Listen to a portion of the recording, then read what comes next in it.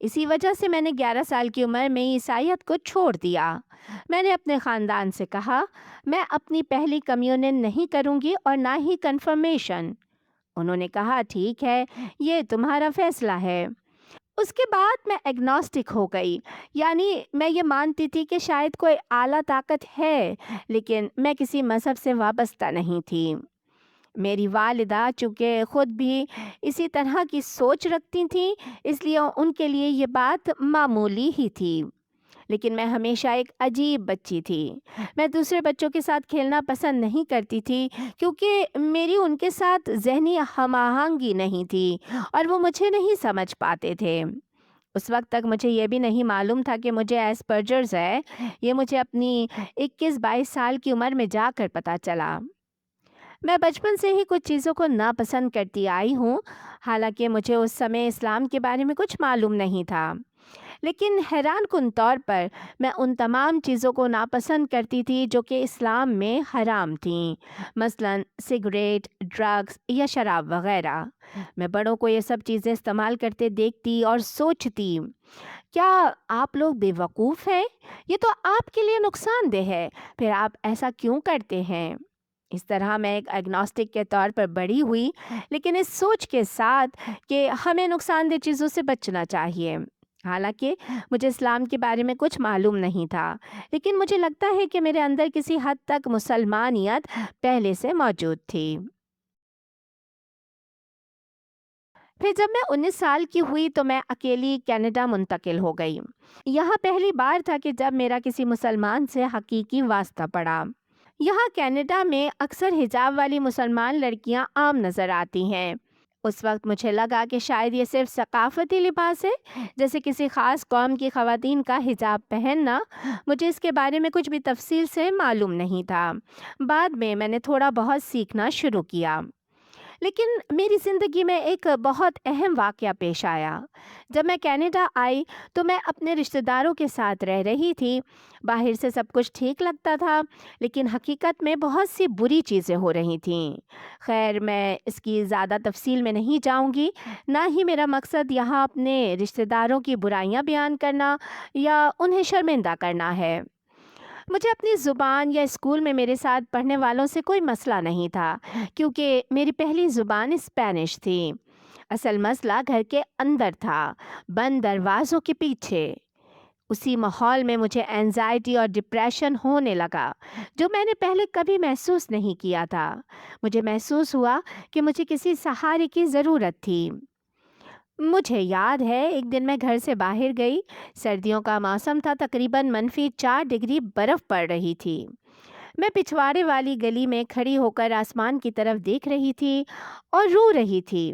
میں نے کہا، اگر کوئی طاقت موجود ہے تو مجھے مدد چاہیے۔ میں اپنی زندگی ختم نہیں کرنا چاہتی، لیکن میں جینا بھی نہیں چاہتی۔ میں صرف سانس لے رہی ہوں، جیسے خودکار نظام پر ہوں۔ مجھے کچھ سمجھ نہیں آ رہا، کوئی تو ہو جو میری مدد کرے۔ چونکہ میں مذہبی نہیں تھی اور کسی مذہب کی تلاش میں بھی نہیں تھی، اس لیے میں نے کسی اور چیز کی تلاش کی جہاں میں کچھ سکون پا سکوں۔ اور اسی دوران مجھے اپنی ایک کلاس فیلو کے ذریعے وچ کرافٹ یعنی جادو ٹونا ملا۔ میں نے فیصلہ کیا کہ میں ایک وچ بنوں گی۔ میں ٹیروٹ کارڈز، کرسٹلز اور ایسٹرولوجی وغیرہ میں مشغول ہو گئی۔ مجھے معلوم تھا کہ جادو ٹونے میں بہت سی خطرناک چیزیں بھی ہوتی ہیں، اس لیے میں بہت زیادہ گہرائی میں جانے سے بچتی تھی۔ میں روحوں اور بھوتوں کے لیے حساس تھی۔ میں نے اپنی پوری زندگی انہیں محسوس کیا تھا اور ان سے خوف زدہ رہی تھی، اس لیے میں محتاط رہتی تھی۔ مجھے معلوم تھا کہ یہ ہر کسی کے لیے نہیں ہے، لیکن مجھے اس میں سکون ملتا تھا۔ میں اس بارے میں کتابیں پڑھتی تھی اور یہی چیز اس وقت مجھے سنبھالے ہوئے تھی۔ میں ایک اعلیٰ طاقت پر یقین رکھتی تھی، لیکن اسے خدا نہیں کہتی تھی اور نہ ہی کسی مذہب کو اپنانا چاہتی تھی۔ لیکن وچ کرافٹ میں رہتے ہوئے بھی مجھے بہت سی باتیں غلط لگتی تھیں، جیسے گاڈ اور گاڈیس کا تصور جو کہ پیگن نظریات تھے، اور میں پیگنزم سے متفق نہیں تھی، کیونکہ میرے آباء و اجداد بھی اسپین کی فتح سے پہلے پولیتھیسٹک تھے اور میں اس سے بھی اتفاق نہیں کرتی تھی۔ میرا ماننا تھا کہ پولیتھیزم کو اگر منطقی طور پر پرکھا جائے تو وہ فوراً ہی غلط ثابت ہو جاتا ہے۔ میرا اسلام سے پہلا حقیقی تعارف اس وقت ہوا جب میں نے گریجویشن مکمل کی، اس مشکل گھریلو صورتحال سے نکلی اور ایک آرکیٹیکٹ کے طور پر کام شروع کیا۔ میں آج بھی آرکیٹیکٹ ہوں الحمدللہ۔ جب میں نے کام شروع کیا تو میری اکثر ملاقات مسلمانوں سے ہونے لگی، لیکن وہ زیادہ پریکٹس کرنے والے مسلمان نہیں تھے، اور اس وقت مجھے یہ پریکٹسنگ نان پریکٹسنگ مسلمان کا فرق معلوم بھی نہیں تھا۔ میں نے صرف یہ دیکھا کہ وہ خود کو مسلمان کہتے ہیں۔ میں نے سوچا کہ میں اس دھرم کو بھی دیکھتی ہوں، یہ کیا کرتا ہے، شاید یہ عیسائیت سے کچھ مختلف ہو، لیکن مجھے خود میں اور ان مسلمانوں میں کوئی خاص فرق نظر نہیں آیا، اس لیے میری اس طرف کوئی دلچسپی پیدا نہیں ہوئی۔ میں نے سوچا کہ جیسے عیسائیت انسانوں کو کنٹرول کرنے کے لیے بنائی گئی، ویسے ہی شاید تمام مذاہب بھی ہیں، اور سچ کہوں تو میں نے کبھی گہرائی میں جا کر تحقیق بھی نہیں کی۔ پھر کچھ سال بعد میری ملاقات ایک تیونسی شخص سے ہوئی۔ وہ پیدائشی مسلمان تھا اور نسبتاً تھوڑا بہتر اور باعمل مسلمان تھا۔ چونکہ میں وچ تھی اور کسی مذہب سے وابستہ نہیں تھی تو اس نے مجھے اسلام کے بارے میں بتایا، لیکن شروع میں میں اس میں بالکل دلچسپی نہیں رکھتی تھی۔ میں نے کہا ٹھیک ہے، یہ تمہارا عقیدہ ہے۔ پھر میں نے اسے پہلی بار نماز پڑھتے دیکھا اور تب میں واقعی گھبرا گئی۔ مجھے یاد ہے وہ آفس کے ہی ایک کونے میں نماز پڑھنا شروع ہوا، اور میں نے سوچا یہ کیا ہے، یہ کیا کر رہا ہے۔ یہ میری زندگی میں پہلی بار تھا کہ میں نے کسی مسلمان کو نماز پڑھتے دیکھا تھا۔ مجھے واقعی سمجھ نہیں آ رہا تھا کہ کیوں اسے نماز پڑھتا دیکھ کر مجھے اتنی بے چینی ہو رہی تھی۔ میں دوسرے کمرے میں چلی گئی اور سوچنے لگی یہ کب ختم کرے گا، یہ آخر کتنا وقت لے گا۔ اس وقت مجھے اس کی سمجھ نہیں آئی تھی میں بے چین کیوں ہو رہی تھی، مگر اب میں جانتی ہوں کہ وچ کرافٹ پر عمل کرنے کی وجہ سے شیطانی روحیں یا جنات یا کچھ برے سائے میرے ساتھ تھے۔ دراصل وہ نماز کی وجہ سے بے چین ہو رہے تھے اور ان کو اللہ کے ذکر سے تکلیف ہو رہی تھی۔ پھر جب وہ نماز سے فارغ ہوا تو میں نے اس سے پوچھا تم کیا کر رہے تھے، اور اس نے کہا او ہاں، میں نماز پڑھ رہا تھا۔ میں نے کہا تم نماز پڑھ رہے تھے؟ اچھا ٹھیک ہے، تم اس طرح نماز کیوں پڑھتے ہو؟ اس نے مجھے بتایا یہ ہماری عبادت ہے اور ہم اسی طرح عبادت کرتے ہیں، تم شاید نہیں جانتی ہو مگر یہی مسلمانوں کی عبادت ہے۔ میں نے کہا ٹھیک ہے، یہ تمہاری عبادت ہے۔ پھر اس نے مجھے تھوڑا مزید سمجھایا، جیسے اسلام کے بنیادی 5 ارکان، ایمان کے 6 اصولوں کے بارے میں۔ میں نے کہا کہ اچھا ہاں، بظاہر تو یہ سب ٹھیک ہی لگتا ہے، اور پھر میں نے اسے نظر انداز کر دیا اور ہم اپنی روزمرہ زندگی میں مصروف ہو گئے۔ جیسے جیسے وقت گزرتا گیا میں اسلام کے بارے میں سوال پوچھتی رہی، لیکن اس نے کہا میرا مشورہ ہے کہ اگر تم مزید جاننا چاہتی ہو تو قرآن کا ترجمہ پڑھو، قرآن تمہیں مجھ سے بہتر سمجھا سکتا ہے۔ میں نے کہا نہیں، میں کبھی قرآن نہیں پڑھوں گی، میں کبھی مسلمان نہیں بنوں گی، میں کبھی حجاب نہیں پہنوں گی۔ وہ بولا نہیں، تم بس جاننا چاہتی ہو نا، تو یہ جانکاری تمہیں قرآن سے ملے گی، اس کا مطلب یہ نہیں کہ تم مسلمان بن جاؤ گی، تم صرف پڑھ سکتی ہو، سیکھ سکتی ہو، لازمی نہیں کہ تم اسے قبول بھی کرو۔ یقین مانو قرآن پڑھنے سے کچھ نقصان نہیں ہوگا، تم مر تو نہیں جاؤ گی۔ میں نے کہا نہیں نہیں نہیں، میں کبھی ایسا نہیں کروں گی۔ میں بہت ضدی تھی کیونکہ اس وقت میں نہ صرف ایک وچ تھی اور ایگنوسٹک تھی، بلکہ اس کے ساتھ ساتھ میں کسی حد تک ایک ریڈیکل فیمنسٹ بھی تھی۔ میری سوچ بالکل مختلف تھی، میں ہمیشہ مردوں اور عورتوں دونوں سے مقابلہ کرتی رہتی تھی۔ میں کہتی تھی کہ میں خود سب کچھ کر سکتی ہوں، میں ایک مضبوط اور خود مختار عورت ہوں، لیکن مجھے یہ احساس نہیں تھا کہ خدا کے احکامات اپنانے سے آپ کے اندر کی عورت نہیں مر جاتی، دھرم کو فالو کرتے ہوئے بھی عورتوں کے حقوق برقرار رہتے ہیں، آپ کے حقوق یا آپ کی خود مختاری مر نہیں جاتی۔ لیکن اس وقت یہ بات میں سمجھ نہیں پا رہی تھی، اور یہی شاید سب سے بڑی وجہ تھی کہ میں قرآن پڑھنے کے لیے تیار نہیں تھی، کیونکہ میرے ذہن میں یہ بات بٹھا دی گئی تھی کہ حجاب ایک ظلم ہے اور مسلمان عورتیں مظلوم ہوتی ہیں۔ اس لیے میں اس بارے میں مزید کچھ سننا ہی نہیں چاہتی تھی۔ مجھے خود نہیں معلوم کہ میں اسلام کے بارے میں تحقیق کرنے سے اتنی خوف زدہ کیوں تھی۔ یہ بالکل غیر منطقی تھا، خاص طور پر اس لیے کہ مجھے تو بچپن سے ہی چیزوں کا تجزیہ کرنا پسند تھا۔ ہاں، اب میں سمجھ سکتی ہوں کہ میں شیطان کے زیر اثر تھی اور وہ مجھے اس طرف نہیں آنے دے رہا تھا۔ پھر ایک دن ایسا آیا کہ وہ پھر نماز پڑھ رہا تھا، اور اس مرتبہ اسے دیکھ کر مجھے وہی پہلی والی بے چینی نہیں ہو رہی تھی۔ میں جانتی تھی کہ اللہ کے کچھ خاص مقاصد تھے اور وہ ایک ایک کر کے پورے ہو رہے تھے۔ میں نے سوچا، واہ، یہ کیا ہے؟ مجھے نہیں معلوم کہ یہ کیا ہے، لیکن جو سکون اس کے جیون میں ہے، مجھے بھی یہ سکون اپنی زندگی میں چاہیے۔ جو بھی وہ کر رہا ہے، مجھے بھی وہی چاہیے۔ اس سے میں اسلام کے بارے میں سیریسلی سوچنے پر مجبور ہو گئی۔ میں نے انٹرنیٹ پر تحقیق شروع کی، اور خاص طور پر حجاب پہننے والی مسلمان خواتین کے بارے میں۔ میں نے دیکھا کہ وہ خوش لگ رہی ہیں، اور جو لوگ انہیں حجاب اتارنے کے لیے مجبور کر رہے تھے، وہ ان کے رویے کی وجہ سے پریشان تھیں۔ میں نے کئی یوٹیوب ویڈیوز دیکھیں جن میں ایک حجاب والی لڑکی حجاب کا دفاع کر رہی تھی، اور سامنے والا اسے مجبور کر رہا تھا کہ وہ خود کو قید کر رہی ہے، حالانکہ وہ خوش تھی۔ تب میں نے سوچا، مجھے نہیں لگتا کہ وہ زبردستی حجاب پہن رہی ہیں۔ تو میں نے کہا، میں اس معاملے میں گہرائی سے سمجھنا چاہتی ہوں کہ آخر یہ کیا ہو رہا ہے۔ پھر ایک دن اچانک میں نے اس مسلمان کولیگ سے کہا، کیا تم مجھے قرآن کا بہترین ترجمہ دے سکتے ہو جو انگریزی اور اسپینش دونوں زبانوں میں ہو؟ اس نے مجھے ایک ایسا ترجمے والا قرآن انٹرنیٹ سے سرچ کر کے ڈاؤن لوڈ کر دیا۔ میں نے اپنے فون میں ایپ ڈاؤن لوڈ کی اور ترجمے کے ساتھ قرآن پڑھنا شروع کیا۔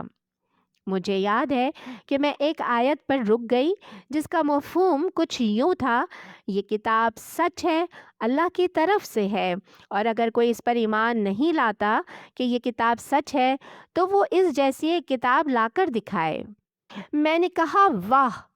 میں نے کتاب بند کر دی اور کہا، میں نے کبھی ایسی کتاب نہیں پڑھی جو اپنی اوتھینٹسٹی پر اتنا بڑا چیلنج دے رہی ہو۔ قرآن پاک کو پہلی بار پڑھنے کے بعد ہی میں نے کہا، ٹھیک ہے، میں اسے پڑھنا جاری رکھوں گی، میں جاننا چاہتی ہوں کہ اس میں اور کیا کیا ہے۔ پھر میں پڑھتی رہی۔ پھر اسی دوران ایک دن میں کام پر گئی، اور اس دن میں بہت زیادہ پریشان تھی۔ میں نے موبائل ایپ اوپن کی اور قرآن چلایا۔ غالباً سورہ فاتحہ کی عربی تلاوت تھی، اور اسے سنتے ہی میں رونا شروع ہو گئی۔ مجھے نہیں معلوم کہ کیا ہو رہا تھا۔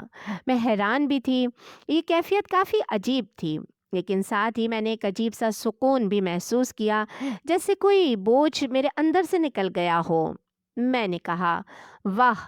مجھے نہیں معلوم اس کا کیا مطلب ہے، لیکن یہ بہت اچھا ہے اور مجھے یہ پسند ہے۔ پھر میں مسلسل قرآن پڑھتی رہی۔ دلچسپ بات یہ ہے کہ میں روزانہ صبح 4 بجے اٹھتی تھی، اور صبح 7-8 بجے تک، یعنی جب تک آفس جانے کا ٹائم نہ ہو جاتا، میں قرآن پڑھتی رہتی۔ پورا ایک ہفتہ میں نے ایسا ہی کیا، اور پھر آہستہ آہستہ قرآن، اسلام، اللہ کے احکام، سب کچھ سمجھ میں آنا شروع ہو گیا۔ مجھے نہیں معلوم کیا ہوا، لیکن اسلام کی ایک ایک چیز، سب کچھ واضح ہو گیا۔ اصل میں زیادہ تحقیق کی ضرورت بھی نہیں تھی۔ اسلام واضح طور پر سچ ہے، جو بھی اسے پڑھتا ہے، سمجھتا ہے، وہ قائل ہوئے بغیر نہیں رہ سکتا۔ اسی طرح میرے لیے بھی سب کچھ ایک دم واضح ہو گیا۔ صرف ایک چیز مجھے شروع سے روک رہی تھی، اور وہ تھا حجاب، کیونکہ قرآن پڑھتے ہوئے 2 دن ہی ہوئے تھے، اور دوسرے دن تک ہی میں قائل ہو چکی تھی کہ یہ سچ ہے۔ لیکن میں سوچ رہی تھی کہ حجاب کا کیا ہوگا؟ اگر میری نوکری چلی گئی تو کیا میں نوکری کے دوران حجاب کر سکوں گی؟ میں ایک لیٹن لڑکی تھی، اور میں جس طرح کپڑے ہمیشہ سے پہنتی آئی تھی وہ کافی تنگ اور جسم کی ساخت کو نمایاں کرنے والے ہوتے تھے۔ میں نے سوچا، مجھے نہیں معلوم میں حجاب کر پاؤں گی یا نہیں۔ لیکن جب میں نے قرآن میں وہ آیت پڑھی جس میں عورتوں کو حجاب کا حکم دیا گیا ہے، تو میں نے کہا ٹھیک ہے، یہ یہاں لکھا ہوا ہے، پھر تو مجھے یہ کرنا ہوگا، مجھے یہ کرنا ہی ہوگا۔ مجھے قرآن پڑھتے ایک ہفتہ ہوا تھا۔ اسی ہفتے میں نے اس تیونسی مسلمان شخص سے کہا کہ مجھے ایک ماڈسٹ کلوتھنگ اسٹور لے چلو تاکہ میں حجاب اور عبایا پہن کر دیکھ سکوں۔ ہم وہاں گئے، میں نے ٹرائل روم میں حجاب پہنا اور میں رونا شروع ہو گئی۔ مجھے نہیں معلوم کیوں، لیکن مجھے یہ بہت پسند آیا اور خود کو آئینے میں حجاب پہنے دیکھ کر میرے آنسو نہیں رک رہے تھے۔ پھر میں نے سب کچھ خرید لیا۔ اس مسلمان کلیگ نے کہا تمہیں اتنی جلدی کرنے کی ضرورت نہیں، آرام سے فیصلہ کرو، سوچو، وقت لو اور اسے اس وقت پہننا جب تمہیں یقین ہو جائے کہ اب تم اسے کبھی نہیں اتارو گی۔ میں نے کہا کیا مطلب؟ مجھے پسند ہے، میں ابھی خریدوں گی۔ پھر میں نے دکان والی خواتین سے کہا کیا میں واپس ٹرائل روم میں جا کر ابھی یہیں پہن سکتی ہوں؟ انہوں نے کہا کہ جی ہاں بالکل۔ انہوں نے میرا لباس بھی تیار کیا، ماشاءاللہ انہوں نے مجھے صحیح سے حجاب اور عبایا پہننا بھی سکھایا۔ میں نے حجاب پہن لیا اور دکان سے اسی حالت میں باہر نکلی۔ اگلے 2 گھنٹوں میں 5 مختلف خواتین نے مختلف جگہوں پر مجھے کہا کہ میں اس میں نہایت خوبصورت لگ رہی ہوں۔ ایسا میرے ساتھ کبھی نہیں ہوا تھا، نہ پہلے نہ بعد میں۔ سبحان اللہ، یہ اللہ کی طرف سے دراصل مجھے ہمت دلانے کے لیے تھا۔ حالانکہ جب میں اسے پہن کر اسٹور سے نکلی تھی تو میں خوش تھی، لیکن ساتھ ساتھ میں خود کو خوبصورت محسوس نہیں کر رہی تھی۔ لیکن جب ان 5 خواتین نے مجھے یقین دلایا کہ میں خوبصورت لگ رہی ہوں تو اس سے میری بہت مدد ہوئی۔ میں نے کہا یہ اللہ کی طرف سے نشانی ہے کہ یہی صحیح رستہ ہے۔ اسی رات میں گھر گئی، نہائی اور میں نے اللہ کو گواہ بنا کر شہادہ پڑھ لیا۔ میں نے زیادہ تحقیق نہیں کی تھی کہ گواہ ہونا ضروری ہے یا نہیں، میں نے بس یوٹیوب سے سرچ کیا اور شہادہ پڑھ لیا۔ اس رات میں جذباتی ہو گئی، میں بہت روئی، مجھے سمجھ نہیں آ رہا تھا کہ کیوں رو رہی ہوں۔ بعد میں پتہ چلا کہ بہت سے لوگ شہادہ کے وقت روتے ہیں۔ اگلے دن میں نے مسجد جا کر دوبارہ شہادہ پڑھا اس تیونسی شخص کے ساتھ جو آج میرا شوہر ہے، الحمدللہ۔ ہم نے اسلام قبول کرنے کے تقریباً 9 ماہ بعد شادی کر لی اور واقعی وہی شخص تھا جس نے مجھے اسلام تک پہنچایا۔ ہم نے اسلام قبول کرنے کے تقریباً 9 ماہ بعد شادی کر لی اور واقعی وہی شخص تھا جس نے مجھے اسلام تک پہنچایا۔ لیکن یہ کہنا غلط ہے کہ مرد عورتوں کو زبردستی مسلمان بناتے ہیں۔ سچ تو یہ ہے کہ عورت خود فیصلہ کرتی ہے۔ اللہ کی محبت، اللہ کا دین اور اللہ کے احکامات کسی بھی انسان سے زیادہ اہم ہیں۔ میں نے اسلام اپنے لیے قبول کیا تھا، چاہے شادی ہوتی یا نہ ہوتی میں مسلمان رہتی۔ الحمدللہ میری دعائیں قبول ہوئیں۔ پھر میں نے اسلام قبول کرنے کے تقریباً 5 ماہ بعد انسٹاگرام اور ٹک ٹاک پر دین کی دعوت دینا شروع کر دی۔ میں چاہتی تھی کہ زیادہ سے زیادہ لوگوں کو بتاؤں کہ اسلام سچ ہے، اور جس دن میں نے حجاب پہنا اس دن سے آج تک میں نے اسے نہیں اتارا۔ ایک اتوار کو میں نے قرآن پڑھنا شروع کیا اور میں 1 ہفتے میں مسلمان بنی، اور 1 ہفتے بعد پیر کے دن حجاب پہن کر کام پر گئی۔ میں بہت ڈری ہوئی تھی، دفتر میں کوئی اور حجاب پہننے والی نہیں تھی۔ لیکن جب میں گئی، لوگوں نے پوچھا اس ویکینڈ پر ایسا کیا ہوا کہ اتنی بڑی تبدیلی آ گئی؟ میں نے انہیں بتایا کہ میں مسلمان ہو گئی ہوں۔ میں نے انہیں سادہ انداز میں بتایا کہ میں نے قرآن پڑھا اور یہ میرے لیے سچ ہے، اور میں نے کہا کہ اب میں اسی طرح رہوں گی انشاءاللہ۔ میں یہ خاص طور پر اس لیے بتانا چاہتی ہوں کیونکہ بہت سی بہنیں حجاب سے ڈرتی ہیں، لیکن ہمیں ڈرنا نہیں چاہیے۔ میرے کام کی جگہ پر مجھے نماز پڑھنے کی اجازت ہے اور لوگ میرے عقائد کا احترام کرتے ہیں۔ ہم سب مل کر امن سے رہ سکتے ہیں، ہمیں بس ہمت کی ضرورت ہے۔ اگر کوئی آپ کو حجاب کی وجہ سے نوکری سے نکال دے تو بھی ٹھیک ہے، یقیناً اللہ آپ کو کسی نقصان سے بچا رہا ہوگا اور وہ ضرور آپ کے لیے کوئی دوسرا بندوبست کر دے گا۔ ہمیں اپنے دین کو دنیا کی خاطر نہیں چھوڑنا چاہیے، ہمیں مسلمان ہونے پر فخر ہونا چاہیے۔ انشاءاللہ ہم جنت حاصل کریں گے تو ہمیں وہ کرنے سے نہیں ڈرنا چاہیے جو صحیح ہے۔ تو میں نے جس دن اسلام قبول کیا، یعنی جس دن میں نے مسجد جا کر شہادہ لیا، اسی دن میں نے اپنی امی کو بتا دیا تھا کہ میں نے اسلام قبول کر لیا ہے۔ میں نے انہیں ویڈیو کال کی اور میں حجاب پہنے ہوئے تھی اور وہ یہ سب دیکھ کر بس حیران رہ گئیں۔ انہوں نے کہا، یہ کیا ہے اور اس کا کیا مطلب ہے؟ میں نے کہا، امی میں مسلمان ہو گئی ہوں، میں نے دھرم اسلام کو اپنے لیے چنا ہے اور اب میں اسی پر زندگی گزاروں گی۔ انہوں نے کہا، کیا اس کا مطلب ہے کہ کیا اب تم کام نہیں کر سکتی؟ کیونکہ ان کے دماغ میں یہی تھا کہ مسلمان عورتوں کو گھروں میں قید رکھا جاتا ہے۔ میں نے کہا، نہیں امی، آپ کو اس کا مطلب نہیں معلوم، ایسا کچھ بھی نہیں ہے۔ تو ہاں، سچ یہ ہے کہ وہ سپورٹیو تھیں، بس تھوڑی فکر مند تھیں کیونکہ انہیں اسلام کے بارے میں زیادہ کچھ معلوم نہیں تھا۔ زیادہ تر یہی رد عمل میری والدہ کے خاندان کی طرف سے بھی تھا۔ سب حیران تھے، سب کے سوالات تھے، لیکن وہ کہتے تھے کہ اگر تم خوش ہو تو ہم بھی خوش ہیں۔ اصل مسئلہ میرے والد کے خاندان کی طرف سے آیا کیونکہ وہ بہت زیادہ کیتھولک ہیں۔ وہ بظاہر سپورٹیو لگ رہے تھے لیکن حقیقت میں تھے نہیں۔ میں اسلام قبول کرنے کے تقریباً 1 ماہ بعد میکسیکو اپنے خاندان سے ملنے گئی۔ میں مکمل طور پر حجاب میں گئی۔ انہوں نے میرے حجاب کے بارے میں کچھ باتیں مجھ سے کیں۔ میں نے اپنی دادی کے رویے پر بھی ایک دن ٹک ٹاک ویڈیو پوسٹ کی۔ میں اس دن ان کے رویے کی وجہ سے شدید اپسیٹ تھی۔ انہوں نے مجھے بہت ہرٹ کیا تھا۔ انہوں نے مجھے چرچ جانے پر بھی مجبور کیا۔ یہ زبردستی بہت سخت یا ظالمانہ نہیں تھی، لیکن پھر بھی انہوں نے دباؤ ڈالا کہ میں چرچ جاؤں، حالانکہ میں جانا نہیں چاہتی تھی۔ انہوں نے میرے سامنے ایسے مذہبی اعمال بھی شروع کر دیے جو وہ پہلے نہیں کرتے تھے، جیسے اچانک گاڑی میں دعا کرنا یا اچانک عبادت کرنا۔ مجھے سمجھ نہیں آیا کہ یہ سب کیوں ہو رہا تھا۔ وہ میرے آن لائن دعوت دینے پر بھی ناراض ہوئے۔ اس سب کی وجہ سے کچھ مسائل پیدا ہوئے، لیکن الحمدللہ اب آہستہ آہستہ ان کی مخالفت کم ہو رہی ہے، سب آہستہ آہستہ ٹھیک ہو رہا ہے۔ جب تک میری والدہ کا خاندان میرے ساتھ دے رہا ہے مجھے کوئی مسئلہ نہیں، یہ زندگی کا حصہ ہے۔ انشاءاللہ ایک دن اللہ سب کو ہدایت دے گا۔ جہاں تک میرے دوستوں کا تعلق ہے، سچ بات کہوں تو میں نے تقریباً 99% دوست کھو دیے۔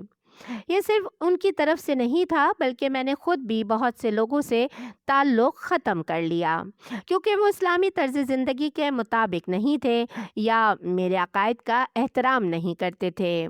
تو میرے لیے کوئی اتنا بڑا مسئلہ نہیں تھا۔ الحمدللہ مجھے نئے مسلمان دوست مل گئے اور میں نے اپنا دائرہ بہت محدود رکھا کیونکہ میں زیادہ شور شرابہ نہیں چاہتی تھی۔ اور حقیقت یہ ہے کہ جب آپ اسلام کو اختیار کرتے ہیں تو لوگوں کا چھوٹ جانا تقریباً ناگزیر ہوتا ہے، کیونکہ اللہ ایسے لوگوں کو آپ کی زندگی سے نکال دیتا ہے جو آپ کے لیے اچھے نہیں ہوتے۔ آخرکار ہم قیامت والے دن انہی لوگوں کے ساتھ اٹھائے جائیں گے جن کے ساتھ ہم وقت گزارتے ہیں، اس لیے یہ بہت اہم ہے کہ ہم کن لوگوں کے ساتھ رہتے ہیں۔ کچھ چیزیں تھوڑی مشکل اور چیلنجنگ بھی تھیں، مثلاً سور کے گوشت سے بنے کچھ کھانے مجھے بے حد پسند تھے اور اسلام قبول کرنے کے بعد بھی دل للچاتا تھا کہ انہیں کھاؤں، اور خود پر جبر کرنا اور اپنی خواہش کو دبانا تھوڑا مشکل تھا۔ مگر جب اللہ کے احکامات کی اہمیت آپ کے دل میں ہو تو آہستہ آہستہ ہر چیز آپ جبر کر لیتے ہیں، آپ صبر کر لیتے ہیں، اور جو تھوڑی بہت کٹھنائیاں آتی ہیں تو وہ آپ کے درجات کی بلندی کے لیے ہوتی ہیں، کیونکہ جتنا آپ اپنے آپ کو کنٹرول کرنے کے لیے محنت کرتے ہیں اتنا ہی آپ کو زیادہ اجر ملتا ہے۔ اور میں تمام دیکھنے والوں کو کہنا چاہوں گی کہ اپنے ارد گرد کی دنیا کو دیکھو، آسمان کو دیکھو، پرندوں کو دیکھو، اپنے ہاتھوں کو دیکھو، اپنی آنکھوں کو دیکھو، کمرے کے کونے میں بیٹھی بلی کو دیکھو، پھر سوچو کیا یہ سارا مکمل اور بہترین ڈیزائن خود بخود وجود میں آ سکتا ہے؟ ضرور کوئی خالق ہونا چاہیے، کیونکہ ہم بھی اس دنیا میں چیزیں بناتے ہیں، لیکن ہماری بنائی ہوئی چیزیں ہمارے اپنے جسم جتنی پیچیدہ نہیں ہوتی، حتیٰ کہ ہماری آنکھوں کا نظام بھی ایسا پیچیدہ ہے کہ یہ تصور کرنا ہی مشکل ہے کہ یہ خود بخود بن گیا ہوگا۔ تو اگر یہ کائنات خود بخود وجود میں نہیں آ سکتی تو کسی نے اسے پیدا کیا ہے، اور وہی ہستی اللہ ہے، وہی خدا ہے۔ اب سوال یہ ہے کہ آپ اپنی زندگی کے ساتھ کیا کریں گے؟ کیا آپ اسے اللہ کے حکم کے مطابق گزارتے ہیں؟ آپ کا دنیا میں آنے کا مقصد کیا ہے؟ کیا آپ کو اپنا مقصد معلوم ہے؟ اگر نہیں تو میں آپ کو بتاتی ہوں، اللہ نے ہمیں اس دنیا میں ایک آزمائش کے طور پر پیدا کیا ہے، اور ہم یہاں اس لیے ہیں کہ اپنی زندگی کو اس طریقے کے مطابق گزاریں جو اسلام قرآن میں بیان کرتا ہے۔ اللہ نے ہمیں جو پیغام دیا ہے وہ حکمت سے بھرا ہوا ہے۔ یہ صرف ایک مذہب نہیں ہے، یہ عبادت بھی ہے اور ایک مکمل طرز زندگی بھی ہے۔ یہ ایک ایسی زندگی ہے جو سمجھ میں آتی ہے اور ہر انسان کے لیے قابل عمل ہے۔ یہ پوری انسانیت کے لیے ہے۔ نسل، رنگ، زبان کچھ بھی اہم نہیں۔ ہر کوئی مسلمان بن سکتا ہے، اور آپ کو سچ کی تلاش سے ڈرنا نہیں چاہیے۔ کیا آپ اپنی ہمیشہ کی زندگی یعنی آخرت کو اس دنیا کے بدلے قربان کرنے کے لیے تیار ہیں، جو شاید زیادہ سے زیادہ 80 سال ہو؟ کیا آپ 80 سال کے بدلے ہمیشہ کی زندگی کا سودا کریں گے؟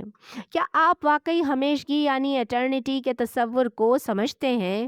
اور میں خود یہ گواہی دے سکتی ہوں کہ اگرچہ میں کسی مذہب یا طرز زندگی کی تلاش میں نہیں تھی، لیکن مجھے سکون تب تک نہیں ملا جب تک میں نے اسلام نہیں پایا۔